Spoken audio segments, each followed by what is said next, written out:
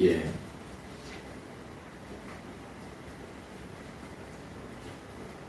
우리가 이제 지금 살펴보고 있는 것이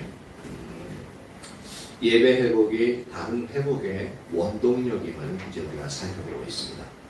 그래서 첫 번째 살펴봤던 것은 이제 교회의 4가지 기능에 대해서 살펴봤죠. 그래서 학자들이 말하는 교회의 4가지 기능은 일반적으로 이렇습니다. 십자가를 상상하시는 위로는 하나님께는 이제 예배를 드리는 것.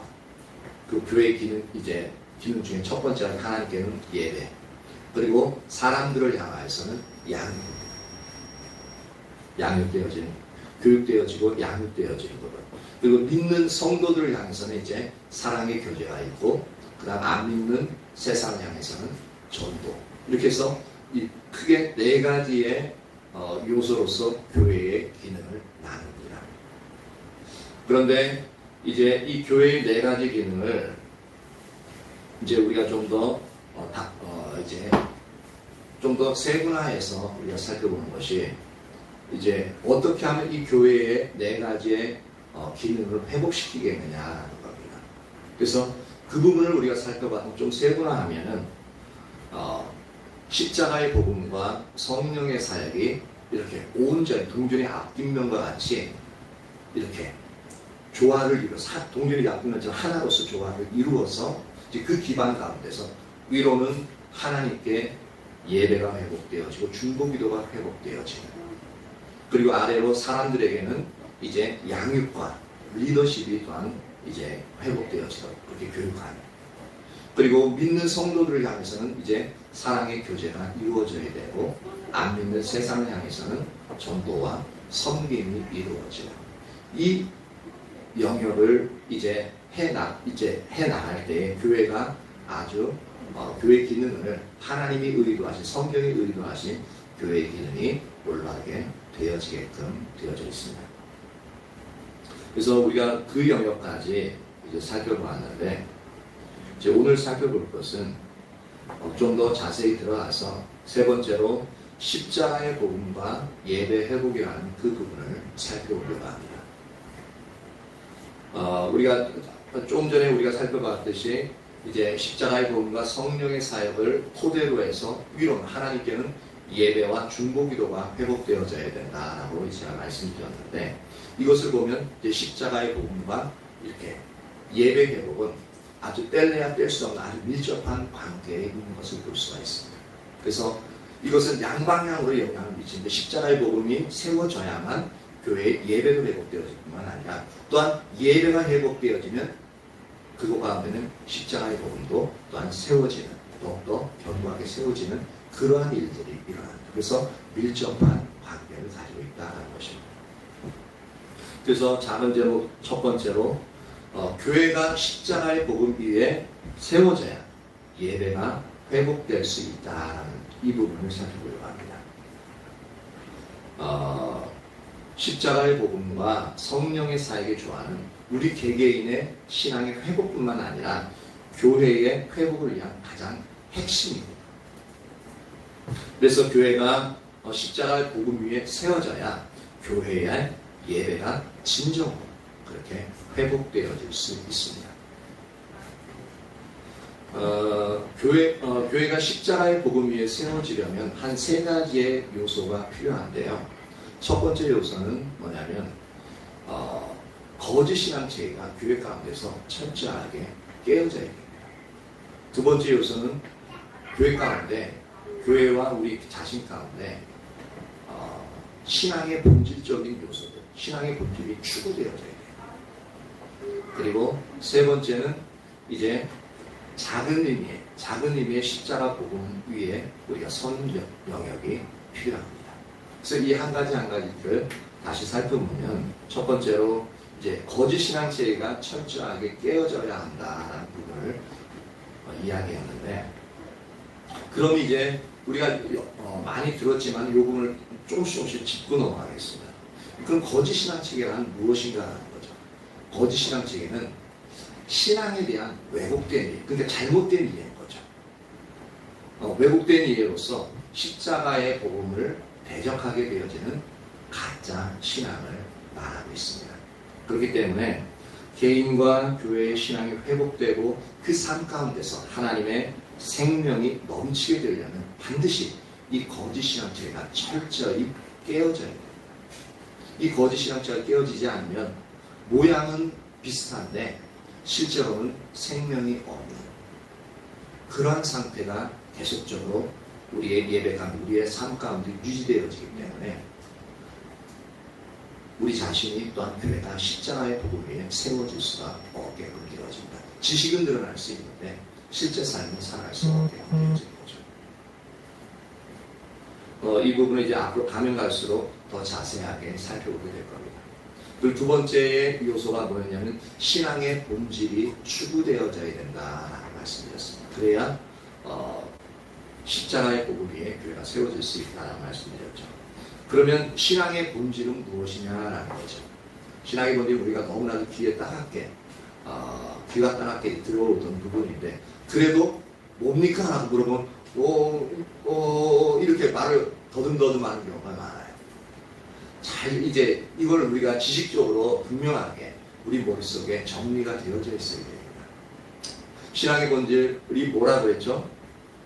먼저는 하나님과의 친밀한 교제다라고 말씀드렸습니다. 그리고 하나님과의 친밀한 교제로서 하나님을 알고 하나님을 사랑하는 것이다 라고 우리가 그렇게 배워왔죠. 그러면 이 하나님과의 친밀한 교제를 위해서는 어떠한 삶을 살아야 된다고 우리가 배웠죠? 하나님의 얼굴을 구하는 삶을 살 때에만 이 하나님을 알고 사랑하는 이 영역이 가능하기 때문에 이 삶이 필수적으로 우리가 살아가야 됩니다. 그리고 신앙의 본질은 이제 두 번째 요소로서 무엇이 있습니까? 그 하나님과의 친밀한 교제 가운데서 이제 하나님의 행하심을 보고 온 삶으로 동참하는 이 영역이 필수적입니다. 그래서 여기에는 두 가지 요소가 또한 아주 중요하게 필요한데 첫 번째는 전적인 순종과 온전한 신뢰가 필요합니다. 그럼 왜 하나님의 행하심을 보고 온 삶으로 동참하기 위해서는 이 전적인 순종이 필요하냐라는 거죠. 이 하나님의 행하심이라는 것이 하나님의 일들이잖아요. 우리에게 말씀하신 개인으로 가면 하나님의 비전들이에요. 근데 이 하나님이 행하신, 우리에게 말씀하시는, 우리에게 보이시는 그 비전들은, 하나님 행하심은 우리 자신, 나 자신이 원하는 영역을 하나님 말씀하지 않습니다. 나 자신이 원하는 영역이 아니라 하나님이 원하시는 영역들을 우리에게 비추셔요. 그리고 우리는 거기에 순종해야 되거든요. 그러니까 어떻게 돼요? 내가 원치 않는 영역들을 말씀하시는 영역이기 때문에 그래서 전적인 순종이 필요합니다. 그리고 두 번째로 온전한 신뢰가 왜 필요하냐면은 이 하나님의 행하심이라는 것은 하나님 크기, 하나님 사이즈의 일들을 비추셔요. 하나님 크기라는 것은 우리가 딱 보면은 내가 할 수 있는 일들이 아닙니다. 왜냐하면 사이즈 자체가 내 사이즈가 아니라 내가 할 수 있는 영역의 사이즈가 아니라 하나님 크기의 일들이기 때문에 그렇습니다. 그렇기 때문에 이 하나님 크기를 어쩌다 한 번씩은 그래도 그냥 하면서 할 수 있을지 모르는데 근데 우리의 삶은 하나님 크기의 일들을 지속적으로 해나가야 되는 거거든요. 그래서 하나님 크기의 일에 지속적으로 순종하려면 믿음이 절대적으로 필요합니다. 그래서 온전한 신뢰의 영역이 우리에게 필요한 거죠. 그러면 이 삶을 살아가기 위해서 우리에게 필요한 삶의 자세는 어떤 것입니까? 하나님의 음성을 듣고 행하는 PLO의 삶이 필요한 것입니다. 아무래도 근데 여러 번 계속적으로 했는데도 여전히 새롭다라는 그 눈빛으로 쳐다보시는 것 같아요. 그러면 안 돼요. 늘 새로운 건 좋은데 머릿속에 있어야 됩니다. 많은 경우는 이렇게 듣다 보면은 저도 그런 부분이 참 그래서 항상 그게 고민인데 듣다 보면은 나도 모르게 저거 들은 거래야 그냥 흘려듣기 쉽습니다. 아주 중요한 건데도 흘려들어요. 그래서 흘려듣다 이거 아니지 하는데 어느 순간 모르게 흘려듣는 경우가 많습니다. 근데 그런 부분에서 우리가 조심하고 또한 이제 경계심을 늦추지 말아야 됩니다. 그리고 교회가 십자가의 복음 위에 서기 위해서 마지막으로 좁은 의미의 십자가의 복음 위에 서야 한다를 이제 말씀드렸는데, 그럼 좁은 의미의 십자가의 복음이 뭐냐라는 거죠. 그것은 이제 그릇에 비유할 수 있는, 그릇에 비유할 수 있는데, 하나의 어떤 대박에다 생각하면 되고, 그림을 보여주는 장정도 이제 신앙의 본질을 담는 그릇으로 이제 생각하시면 돼요. 다시 말하면 뭐냐면, 이 말씀에 기반을 둡니다. 말씀의 기반. 그러니까 말씀에 의한 삶이 기반을 둬서 한쪽 벽은 이제 오직 은혜에 의한 삶. 그 다음 오직 성령에 의한 삶, 오직 십자가에 의한 삶, 오직 믿음에 의한 삶. 그래서 딱 대박이 돼야 돼. 거기에 이제 하나님을 추구하게끔 되어 하나님의 얼굴을 구하게 되면 신앙의 본질, 하나님을 알고 사랑하는 그 신앙의 본질적인 요소들이 그 삶을 살아갈 때에 이제 거기에 이제 쌓여지게, 보이게 되어지는 거죠. 만약에 우리 하나님의 얼굴을 추구하면서 삶을 살아가는, 그 삶을 살아가는데, 그래서 하나님을 알고 살아가는 하나님 신앙적인 하나님을 경험하는 일들이 막 늘어나요. 근데 이 삶, 즉 좁은 의미의 십자가의 복음, 이 말씀에 기반해서 오직 은혜, 오직 성령, 오직 믿음, 오직 십자가에 의한 삶, 이게 사라지지 않으면 아무리 하나님이 쏟아부어줘도 그 당시는 은혜가 되어지지만 이것이 다 흘러 나가버리게 되어집니다. 그래서 일순간의 은혜는 받을 수 있을지 모르지만 온전히 하나님 행하신 거고 온 삶을 동참할 수 있는, 그래서 전적인 순종과 온전한 신뢰를 가지고 하나님을 지속적으로 따라가는 이 삶을 할 수가 없게끔 되어집니다. 그래서 이 그릇, 좁은 의미의 십자가의 복음에 서는 것이 십자가의, 교회가 십자가 복음에 세워지는 중요한 요소 중에 하나가 되어집니다. 이건 아주 이제 십자가 복음 배울 때 아주 상당히 넓은 영역을 이제 축소해서 얘기하는 부분이고요. 그래서 그 개념들을 잘 이제 정리해 놓으시기 바랍니다. 우리가 가지고 있는 우리의 신앙을 이제 올바로 이해할 때에 신앙은 이제 어떻게 우리에게 다가오냐면, 신앙의 핵심은 오직 하나님과의 친밀한 교제라는 것이 선명히 보여집니다. 근데 일반적으로 저도 마찬가지였지만 이 가치관을 알기 전에는 신앙 그러니까 누가 가르쳐주지 않아요. 근데 그 흐름 자체가 그 흐름에 있다 보면은 우리는 어떻게 인식을 하냐면은 자연스럽게 인식되어지는 부분인데, 일반적인 신앙의 핵심, 즉 신앙의 추구점이 어떻게 되어지냐면, 내가 원하는 것들을 하나님께로부터 얻어내서 내가 또는 가족들이 행복하게 살아가는 것. 요게 우리가 신앙을 가지는, 그리고 신앙에서 추구하는 가장 핵심적인 가치가 되어집니다. 그렇지 않나요? 아마 이 신앙의 본질을 추구하면서도 이 영역을 아주 자연스럽게 그리고 본능적으로 추구하는 부분들이 있을 겁니다. 이 부분은 분명히 우리가 구분할 줄 알아야 됩니다. 왜냐하면 하나님과 친밀한 교제를 위한 이 신앙의 본질적인 삶을 살아가기 위해서는 이 영역의 부분들을 우리가 이제 하나님 이 영역들을 주실 거지만, 근데 이것이 우선이 되어지고 본질적으로 추구되어질 요소 가운데 들어가서는 안 됩니다. 그렇게 되어지면 하나님을 알고 살아가는 하나님의 친밀한 교제는 절대로 열리지 않고, 어느 정도 은사적으로는 그렇게 이제 은혜를 받을 수 있을지 모르지만 더 이상 자라지 않고 그 친밀함이, 우리의 속사람이 성숙되지 않게 되어집니다. 그리고 이런 어떤 세상적인 가치관과 이제 하나님 중심적인 가치가 섞여 있기 때문에 문제가 일어나도 무엇이 잘못되는지 몰라요. 하나님의 음성을 들어도 이게 긴가민가해요. 그래서 결정적인 순간에, 그러니까 평상시에 상관없어. 근데 결정적인 순간에 급하게 결정이 되고 중요한 부분 결정이 되는데, 뭔가 들려주시기는 하는 것 같아. 이게 하나님의 뜻인지 아닌지 이게 구분이 안 돼요. 근데 하나님과의 관계가 온전히 추구되어지고 그 가운데 있으면 하나님 말씀하시면요, 이게 진짜 하나님이 나에게 원하신 뜻이라는 것이 선명히 비추어집니다. 그 순간 안 비춰져도 계속적으로 그걸 놓고 기도하고 또한 영적인 리더에게 물어보고 또한 예배드리는 그 순간에 자리에 머물러 있으면요, 진짜 하나님 뜻이 무엇인지 선명히 우리에게 비추어집니다. 왜냐하면 그것은 하나님이 그것을 우리에게 원하시기 때문에 그렇습니다. 우리가 그렇게 신앙생활을 하면서 하나님을 따라가기를 원하시기 때문에 하나님은 그 자리에 있는, 그 중심에 있어서 온전히 주님만 추구하는 자리에 있는 사람들에게 그런 부분들이 선명히 비추어지게끔 되어져 있습니다. 그게 하나님의 열망입니다. 그래서 우리가 신앙의 핵심은 이제 하나님과 친밀한 교제인데요. 우리가 조금 전에 살펴봤던 것처럼 그럼 하나님과 친밀한 교제는 하나님을 알고 사랑하는 것이다 라고 살펴봤죠. 그러면 한 가지 더 나아가지고 하나님을 아는 게 뭐냐라는 거죠.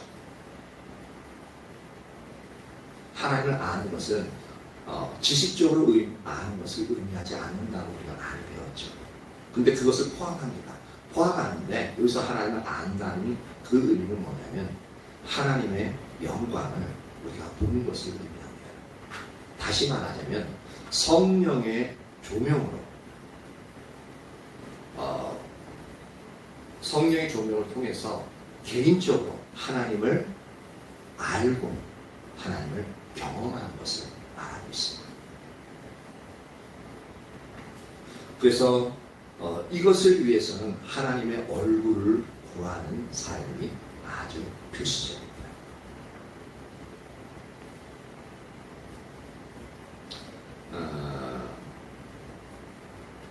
그럼 여기서 또 한 가지 더 짚고 넘어가야 될 게, 그럼 하나님 얼굴 구하는 삶이 뭡니까? 우리가 들어도 된다 이제. 그래서 이 단어에 있어서요, 단어의 정의를 여러분들이 머릿속에 이렇게 각인시켜 놓는 게 참 필요합니다. 그래야 이게 단어의 정의 하나하나가 각인되어져 있으면은 실제로 말씀을 들을 때 이제 그게 되게 쉽게 이해되어질 뿐만 아니라 우리가 어떤 일들을 결정하고 우리가 무엇이 잘못되어져 있는가를 이제 판단하는 데 있어서 분별할 수 있는 가장 좋은 이제 기준들이 되어집니다. 그럼 하나님의 얼굴을 구하는 삶은 뭐냐면 우리가 우리의 목적과 목표를 이루기 위해서 하나님의 도우심을 구하는 그러한 삶을 말하는 것이 아니라, 그건 하나님의 손을 구하는 삶이죠. 그것이 아니라 오직 하나님 그분 자신이 우리 삶의 유일한 보화가 되시기 때문에 그 하나님 그분 자신과 그분의 목적과 그분의 길들을 알기 위해서 하나님을 추구하고 하나님께 구하는 그 삶, 그게 바로 하나님의 얼굴을 구하는 삶입니다. 한 번 더 얘기할까요? 아니면 그냥 넘어가도 되겠습니까? 한 번 더 해요? 한 번 더 할게요. 얘기하지 않아도 더 하네요. 하나님 그분 자신이 우리의 유일한 보화가 되시기 때문에 하나님 그분 자신과 그분의 목적과 하나님의 길들을 알기 위해서 하나님을 추구하고 하나님을 구하는 삶, 이게 바로 하나님의 얼굴을 구하는 삶이라는 겁니다. 이것이 바로 우리의 신앙인데, 근데 우리가 여기서 알아야 될 부분은 뭐냐면 우리의 신앙 전반에 대한 이해와, 그러니까 우리가 신앙을 어떻게 이해하고 정의하고 있는지에 대한 그런 이해와 우리의 예배에 대한 이해가 항상 같이 갑니다. 그래서 신앙에 있어서 우리가 딱 가지고 있는 정의를 딱 갖고 있게 되어지면 예배도 동일하게 그 방향 쪽으로 흘러가게 되어진다는 겁니다. 그럼 예를 들자면 이렇습니다. 우리 신앙을 몇 가지의 규례와 규칙을 지키는 것으로서 잘못 이해하고 있게 되어지면 우리의 예배는 어떻게 이제 흘러가냐면 정해진 순서와 절차를 행하는 하나의 의식으로 전락하게 되어집니다.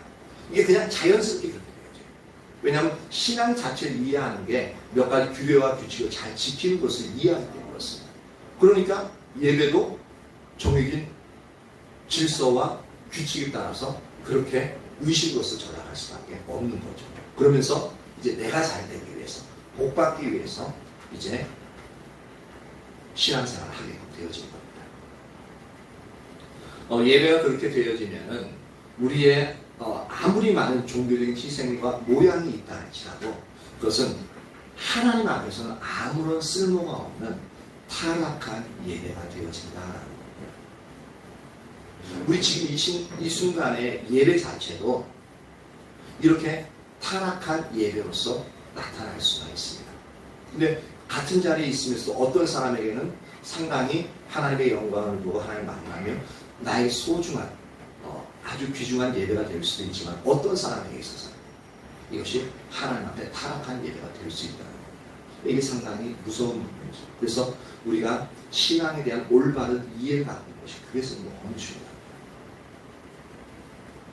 그래서 반면에 이제 우리의 신앙을 하나님과의 친밀한 교제로 이해하게 되어진다면 우리는 어떻게 되어져요? 우리는 하나님의 얼굴을 구하는 삶을 추구하게 되어지겠죠.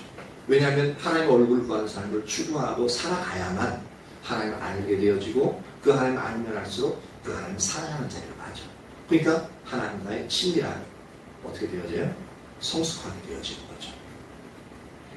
그렇게 되어지면은 이제 우리는 하나님께 예배드리러 나갈 때도 어떻게 되어져요?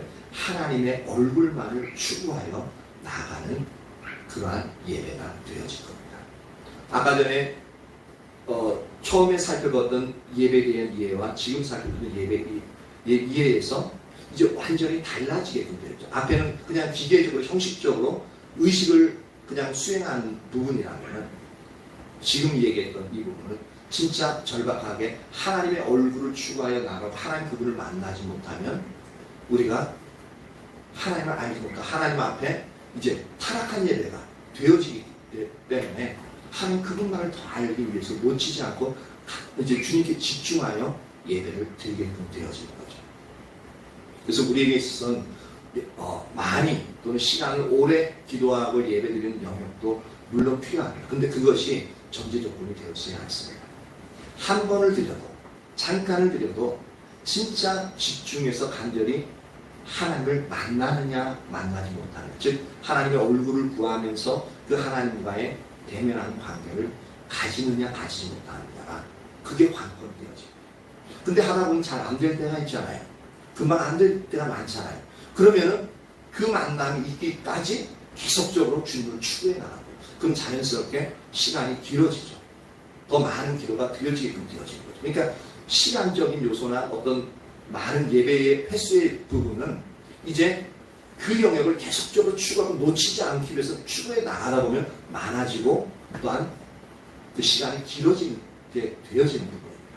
그러니까 근데 우리는 겉으로 보기에는 많아지고 이제 많이 기도하고 여러 번 예배를 드리니까 저 사람은 하나님과 관계에서 너무나도 이제 친밀하게 나가는 부분을 이제 우리가 그냥 겉모습 보기에는 그러니까, 그래서 우리 이해가 겉으로 들어가는 것을 먼저 보다 보니까 그렇게 이해가 잘못되게 이제 그런 이해를 가지게끔 되어집니다. 그래서 올바르게 배우는 것이 그래서 무엇보다 중요합니다. 우리가 그렇게 예배를 드려 나가면 우리의 예배는 회복되어지게 되어 있습니다. 왜냐하면 성령이 말하는 참다운 예배 자체가 하나님의 얼굴을 구하여 나가는 예배이기 때문에 그렇습니다. 그리고 두 번째로 이제 예배 회복은 하나님과의 친밀함을 배양시켜준다는 겁니다. 우리는 하나님을 아는 만큼 더욱 참된 예배를 드릴 수 있게끔 되어집니다. 왜냐하면 하나님이 거룩하시고 존귀하시고 나에게 있어서 생명을 주신 분이라는 것을 하나하나 알 때마다 우리의 자세가 그 하나님을 더 알기를 원할 뿐만 아니라 거룩하신 하나님이라는 부분을 우리가 선명히 인식하고 그 하나님을 경험하게 되어지면 예배의 자세 자체가 완전히 달라지죠. 그러니까 우리가 하나님을 알아가면 알아갈수록 하나님이 원하시는 그 참된 예배를 우리가 드릴 수 있게끔 되어집니다. 예배의 자세가 달라지죠. 그래서 우리가 하나님의 얼굴을 구하는 참된 예배를 드리게 될 때 우리가 예배를 통해서 또한 하나님을 더욱 잘 알게 되어져 있습니다. 다시 말하자면 참된 예배는 하나님의 얼굴을 구하여 나가는 예배입니다. 그래서 예배 드리러 올 때 우리가 단순히 은혜 받기 위해서, 물론 그 속에는 이제 하나님 얼굴 구하는 그 영역이 포함되어 있는 영역이 있는데, 근데 정확하게 이 은혜 받기 위해서 나오는 영역이 아니라 하나님의 얼굴을 구하여서 하나님 더 알고 사랑하는 자리로 나가기 위해서 우리가 예배 가운데 나오면 그 은혜는 자연스럽게 우리에게 주어지는 결과로서 주어집니다. 그러니까 결과를 추구하는 부분이 아니라 그 과정에서 무엇을 추구해야 될지를 분명히 알고 나오는 부분들이 너무나도 중요한 것이죠. 그래서 하나님은 하나님의 얼굴을 구하는 자에게 하나님 자신을 계시하시죠. 그러면 하나님 더 알아갈 수 있게 되어지죠. 그래서 우리가 앞에서 살펴본 것처럼 하나님은 우리의 예배를 통해서 우리에게 말씀하시죠. 말씀하시고 하나님 자신과 그분의 목적과 그분의 길들을 우리에게 계시해 주십니다. 이처럼 참된 예배는 이제 제목에서 있는 것처럼 우리에게 하나님과의 친밀함을 더욱더 대양해주고 기울여주고 고치시켜주는 그 역할을 합니다. 그러므로 이제 공적인 예배에서든지 개인의 예배에서든지 그 예배를 통해서 우리가 한 가지 가장 집중적으로 신경을 써야 될 일이 뭐냐면 하나님을 만나는 예배가 되어져야 됩니다. 그래서 예배에 성공하라는 그 부분은 어떤 의미냐면 그 예배를 통해서 우리가 하나님을 만나는 예배가 되어질 수 있도록 그렇게 우리가 하나님께 집중하는 그러한 예배가 되어져야 한다는 겁니다. 그리고 예배가 그것이 잘 안 되면 계속 기도하는 겁니다. 내게 주님을 알려주십시오. 주님의 지혜와 계시형을 내게 보사 하나님 당신을 알게 해주십시오. 이 말씀을 통해서 또한 예 찬양을 통해서 내가 하나님을 만나길 원합니다. 하나님의 의도를 내가 알길 원합니다. 그 간절한 마음을 가지고 예배 가운데 계속적으로 있는 부분, 그 가운데서 하나님이 말씀하시고 또한 이제 비춰주시는 영역이 있으면 이제 결단하고 또한 다른 부분에서 이제 감사하고 기뻐하고 또 회개할 영역이 있으면 그 자리에서 회개하고 그 영역들이 이제 우리에게 필요한 거죠. 그것이 바로 예배 가운데 하나님을 이제 만나서 이제 한 걸음만큼 주님께 다가가는 그러한 영역이 되어집니다. 시편 25편 14절 한번 찾아봅니다.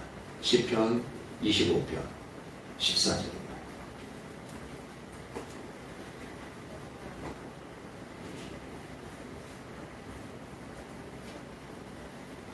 시편 25편 14절.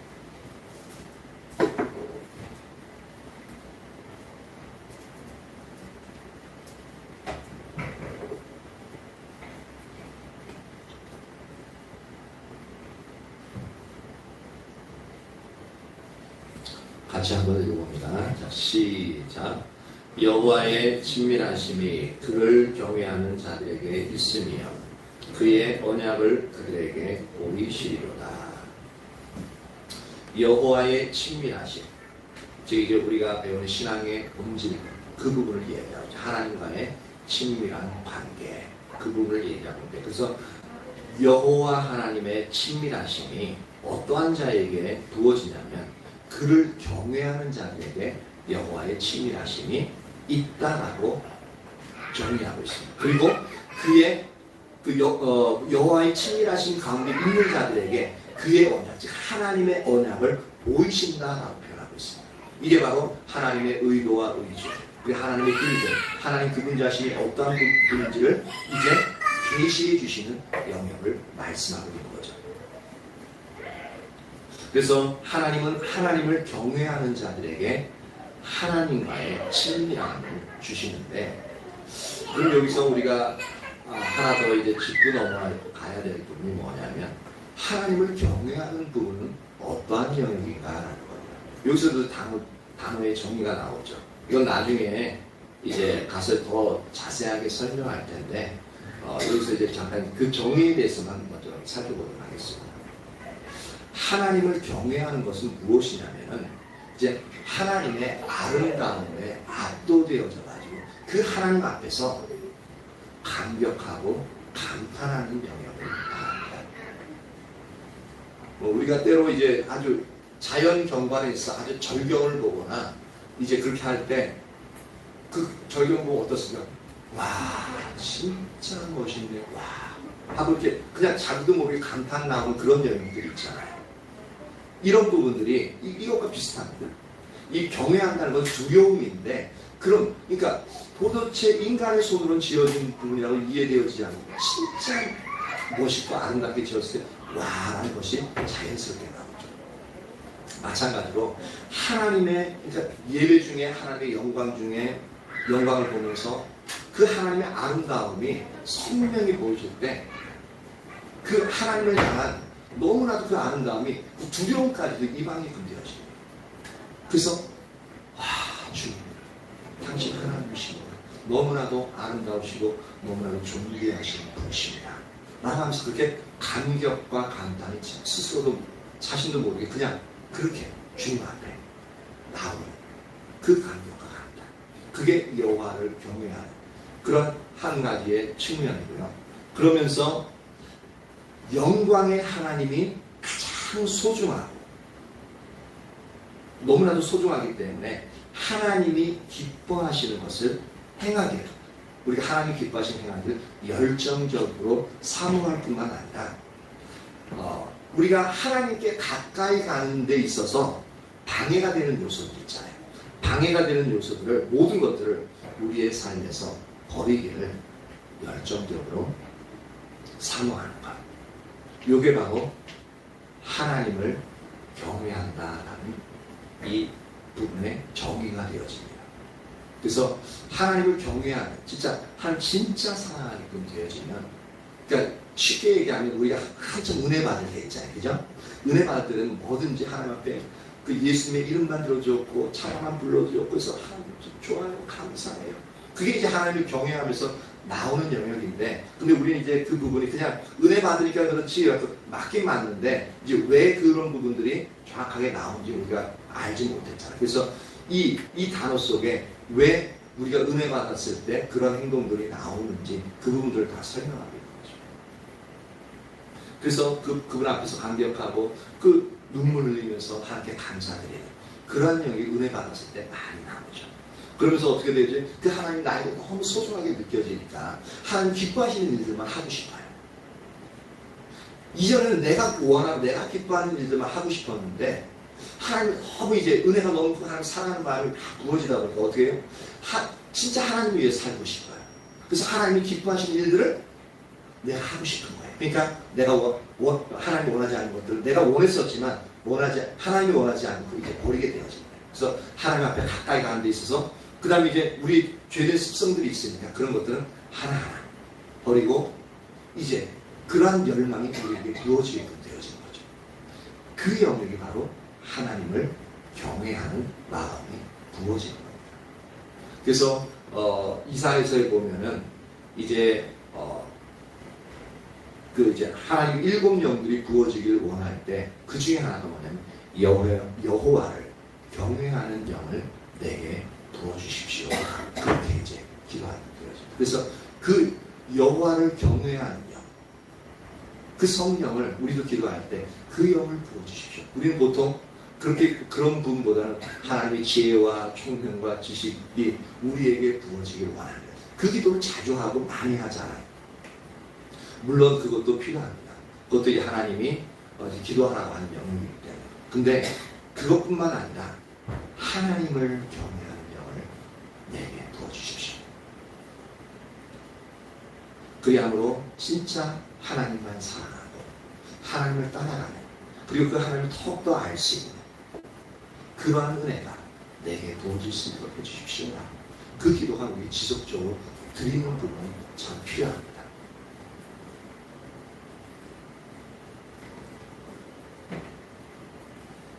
그래서 우리 편에서 볼 때 하나님과의 친밀함보다 우리에게 있어서 더 큰 축복은 없습니다.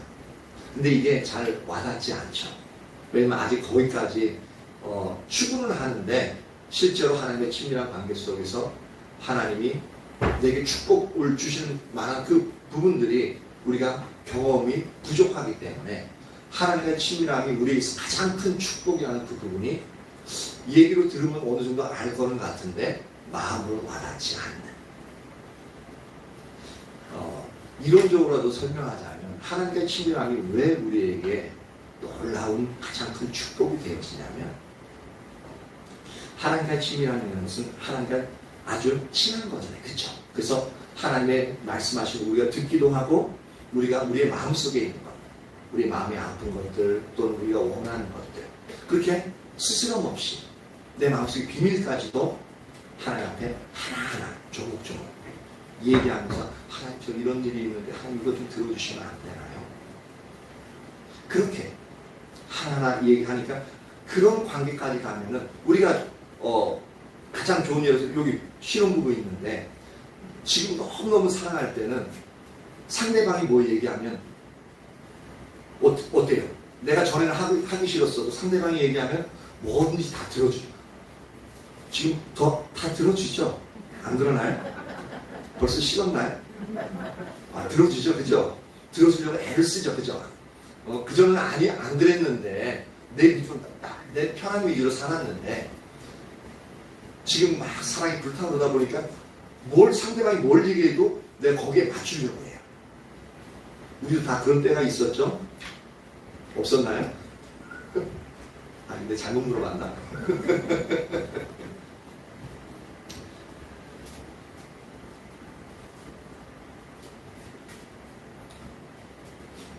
내가 왜 이 얘기를 꺼냈지? 왜 잊어먹어? 친밀함. 왜 친밀함이 왜 우리의 큰 축복이냐? 그거 얘기하다 그랬지. 마찬가지로 하나님과에서 이렇게 사랑을 나누면서 이렇게 친밀함으로 사랑을 나누는 거거든요. 그렇게 되어지면은 하나님이 내게 말씀하시면 나도 그것에 따라서 순종하려고 애쓸 뿐만 아니라 하나님도 우리의 얘기를 경청하셔요. 그리고 경청할 뿐만 아니라 경청한다는 것은 뭐냐면 그것을 들어준다는 그런 의미가 포함되어져 있거든요. 그럼 우리의 필요나 또한 우리가 우울할 때 하나님이 기쁨을 주시고 평안함을 주시고 위로해 주시고, 그리고 우리가 어떻게 해야 될지 모를 때 하나님 지혜를 주시고 또한 총명을 주셔서 다른 이들이 따라올 수 없는 그런 놀라운 일들을 행할 수 있고 생각할 수 있도록 하나님이 그렇게 순간순간 하나님 우리에게 우리의 삶에 개입하셔요. 내가 할 수 없는 영역들을 다른 사람도 분명히 할 수 없는 영역인데 내가 더욱더 할 수 없는 영역인데 근데 내가 그 일들을 이루어내는 거예요. 생각만 해도 상당히 설레는 일들이에요. 그러한 일들이 이렇게 설명만이 아니라 실제로 나의 삶에서, 여러분들의 삶에서 하나하나 일어난다면 얼마나 놀랍겠습니까? 그리고 그 삶이요 상당히 기대가 되어집니다. 하나님이 이 삶이 되어지면요 하나님이 하나님 사이즈의 일들을 우리에게 말씀하실 때 맨 처음에는 우리 이 삶이 안 되면 하나님 말씀하시면 어떻게 내가 저거 하려고 얼마나 많이 하나님 앞에 있어야 되고 얼마나 많은 희생을 해야 돼 하면서 막 거부감부터 먼저 부담감부터 막 오고 막 그러잖아요. 그런데 이 관계 가운데 있게끔 되어지면 하나님이 이제 하나님 사이즈의 일들을 하나님 그 일들 내게 말씀하시게 되어지면 하나님 분명히 저를 이루실 줄 알아요. 내가 믿음이 오는 거예요.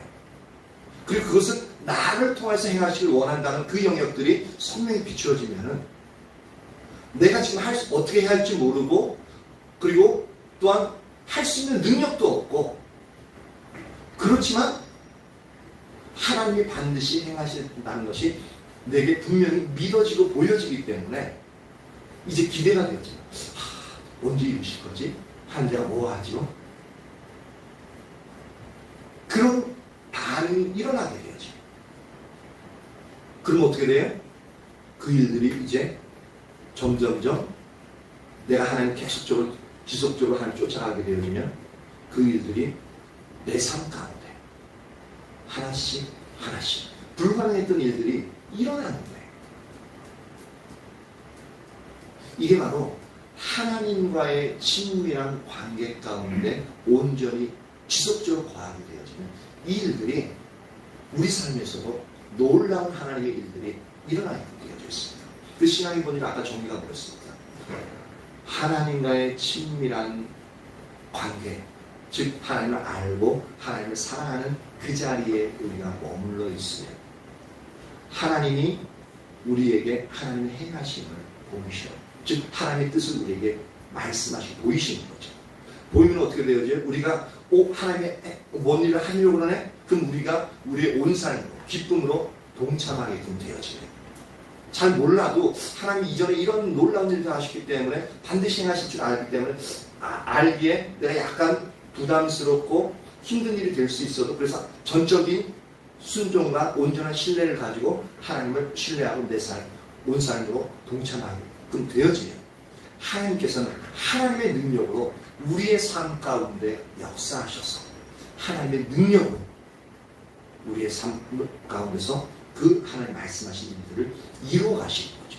그럼 그 일들이 이루어지면 우리 주위에 있는 사람들이 우리의 삶을 통해서 이루어진 일들을 보고 와, 너 어떻게 그 일들을 그렇게 생각하고 그 일들을 어떻게 해서 그렇게 할 수 있는 거니?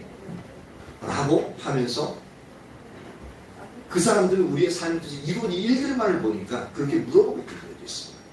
그럼 우리는 어떻게 되어져요? 야, 진짜 이 일들을 하나님 하시는구나.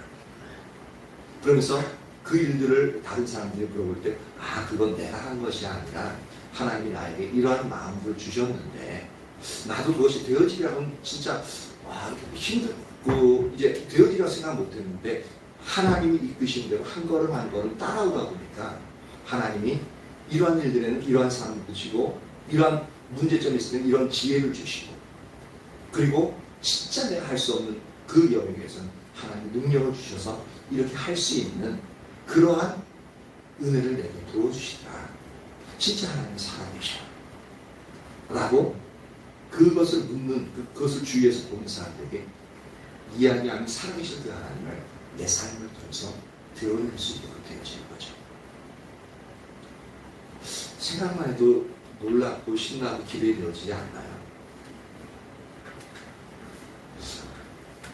더 좋은 예를 들자면 제가 완전하게 이제 앞에서 이렇게 설교하는 제가 100% 그 삶을 살아가면 더 많이 이렇게 그렇게 보일 수 있었는데 그렇지 못해가지고 죄송해요. 용서해 주세요. 근데 지금 저희 가정이 살아가는 영역만 해도 하나님 진짜 놀랍게 이해할 수 없는 방법으로 그 필요들을 채워가시고 있다 그 자체가 상당히 놀랍습니다. 그래서 가끔가다 제 얘기하잖아요. 하나님 행하신 잘 보시면 우리 가정이 살아가는 그 모습을 알아. 그 자체가 하나님이 붙들고 있지 않으면 절대 불가능한 삶이라는 거예요. 어쨌든 우리 편에서 볼 때 하나님과의 친밀한 보다 더 큰 축복은 없다는 것입니다. 그러니까 이것이 가장 큰 축복이기 때문에 우리가 하나님 그분만을 우리의 목적으로 삼고 살아가는 삶이 우리에게는 추구되어져야 됩니다. 그 은혜가 저와 여러분 모두에게 온전히 임하기를 예수님으로 축복합니다. 그래서 여러분 한 분 한 분마다 이게 삶을 살아가면서 하나님을 추구하고 하나님을 더 알아가고 하나님을 더 사랑하면서 하나님 말씀하신 순종의 마감으로 말미암아 하나님 역사하시는 부분들을 여러분들이 이제 시시때 때마다 그렇게 나눌 수 있으면 참 좋겠어요. 그러면은 이제 여러분 스스로가 이제 이 사람이 되어지면 그럼 서로 이제 그럼 어떻게 돼서 서로 얘기 나누고 그러다 보면 어떻게 되어져요? 점점점 그럼 나도 그렇게 하자. 그렇게 살아야 돼. 그런 분위기로서 이렇게 만들어지면은 상당히 교회 전체가 아주 활기 있고 활력 넘치는 그러한 상태가 되어질 겁니다.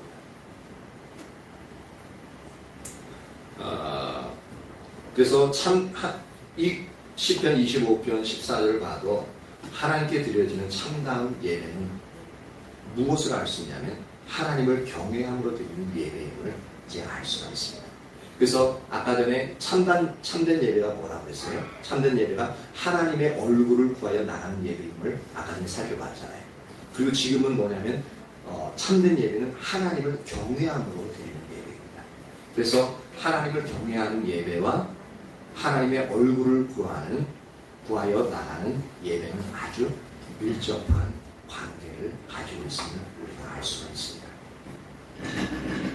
그리고 이런 부분에서 우리 예배에 있어서 이 하나님과의 친밀함과 예배하고 이 영역이 좋은 일들은 더욱더 좋은 결과를 낳고 나쁜 일들은 더욱더 나쁜 결과를 낳는 이 선순환, 악순환의 이 원리들이 적용되어지고 있습니다. 어떤 거냐면은 우리가 하나님의 얼굴을 구할수록 어떻게 되어져요? 우리가 하나님을 더 알게 되어지죠. 즉 이 말은 뭐냐면 그 하나님의 영광을 우리가 더 볼 수 있게끔 되어집니다. 그래서 이렇게 되어지면 우리의 예배는 어떻게 되어져요? 하나님께서 사람을 더 알아가게 되어지니까 하나님께 대한 예배가 더욱더 깊어지죠. 하나님 더 선명하게 인식하게 되어집니다. 이게 선순환이죠. 반면에 우리의 신앙과 예배에 대한 그릇된 이해를 가지고 있다면 어떻게 되어지냐면 하나님의 얼굴을 구하여 나가지 않게끔 되어지죠. 즉 하나님의 손만을 구하는 거예요. 그러니까 내가 원하는 것을 얻어내기 위해서 하나님의 도우심만을 구해서 나가버리는 거예요. 그렇게 되어지면 어떻게 되어져요? 이제 예배를 통해서 진짜 하나님을 어떠한 하나님인지, 나를 사랑하시는 하나님인지, 그리고 거룩한 하나님인지 이 영역들을 우리가 경험하지 못하게끔 되어집니다. 그럼 하나님의 영광을 보지 못하게끔 되어지죠. 그럼 예배가 어떻게 되어져요? 더욱 형식적으로 변화가 되어진다는 겁니다. 그래서 더 내가 원하는 것을 얻어내기 위해서 더 많은 기도를 하고 더 많은 예배를 드리려고 하는 그 형식에 자꾸 얽매이게 되어집니다.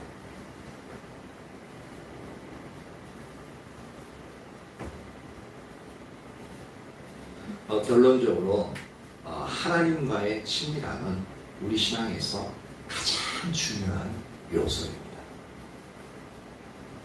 귀가 따갑죠. 딱쟁이가 앉아도 이건 계속 들으셔야 돼요. 이게 듣는 데서 끝나는 게 아니라 우리의 삶에서 실제적으로 매일매일 추구하는 자리에 나가야 됩니다. 그래서 우리가 하나님과의 친밀한 교제 가운데 있어야 우리 가운데 무엇들이 형성이 되냐면 진정한 의미의 사역이 가능하게 되어지고요. 하나님의 친밀한 교제 가운데 있어야 우리 가운데 전적인 순종이 가능하고 참다운 믿음도 가능하고요. 그 믿음 갖기 원하잖아요. 바로 하나님과의 친밀한 교제 가운데 있어야 됩니다. 그리고 진정한 섬김이 가능해요. 섬기면서도 우리 그냥 섬기니까 섬기는 영역이 있는데 형식적으로 섬기는 부분이 많은데 진정한 섬김, 성경이 말하고 진짜 영혼을 사람이 섬기는 하나님의 친밀한 관계에서 하나님 주신 마음을 따라 섬기기 때문에 그래야 그것이 가능합니다. 그리고 하나님의 친밀한 관계 가운데 있어야 영적인 분별력이 또한 열리고요. 그리고 우리가 하나님 더 따라가면 따라갈수록 이 영적인 전쟁이 치열해집니다. 가장 치열한 영역의 영적인 전쟁은 뭐냐면 귀신아 물러가라! 이제 그런 영역이 아니에요. 진리의 전쟁. 하나님의 진리가 내 삶 속에서 세워지느냐 안 세워지느냐, 순간순간 진리를 선택하느냐 내 경험을 선택하느냐 아니면 세상 지식을 선택하느냐, 요 차이입니다.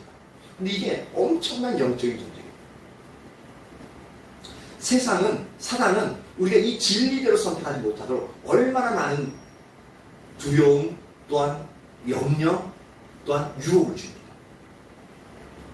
그러니까 이 주관사에서 우리 지속적으로 주님의 진리를 선택하여 나가는 이 영적인 전쟁에서 승리할 수 있는 부분도 뭐냐면 하나님 그분을 진정 하나님 경외함에 이제 정의에서 봤잖아요.